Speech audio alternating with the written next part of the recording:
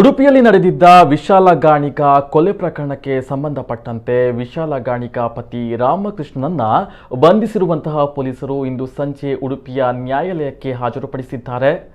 ಅಲ್ಲದೆ ಹೆಚ್ಚಿನ ತನಿಖೆಗಾಗಿ 4 ದಿನಗಳ ಕಾಲ ಪೊಲೀಸ್ ಕಸ್ಟಡಿಗೆ ತೆಗೆದುಕೊಳ್ಳಲಾಗಿದೆ. ಬಾಡಿಗೆ ಹಂತಕರ ಮೂಲಕ ಕೊಲೆಗೆ ಸುಪಾರಿ ನೀಡಿದ್ದ ವಿಶಾಲ ಗಾಣಿಗ ಪತಿ ರಾಮಕೃಷ್ಣ ಎನ್ನುವುದನ್ನು ಪೊಲೀಸರು ಖಚಿತಪಡಿಸಿದ್ದಾರೆ. ಓರ್ವನನ್ನ ಪೊಲೀಸ್ ತಂಡ ಉತ್ತರ ಪ್ರದೇಶದಲ್ಲಿ ಬಂಧಿಸಿ ಉಡುಪಿಗೆ ಕರೆದುಕೊಂಡು ಬರ್ತಾ ಇದ್ದು, ಇನ್ನೋರ್ವ ಹಂತಕ ತಲೆಮರೆಸಿಕೊಂಡಿದ್ದಾನೆ. ಆತನಿಗಾಗಿ ಪೊಲೀಸರಿಂದ ಶೋಧ ಕಾರ್ಯ ಮುಂದುವರೆದಿದೆ.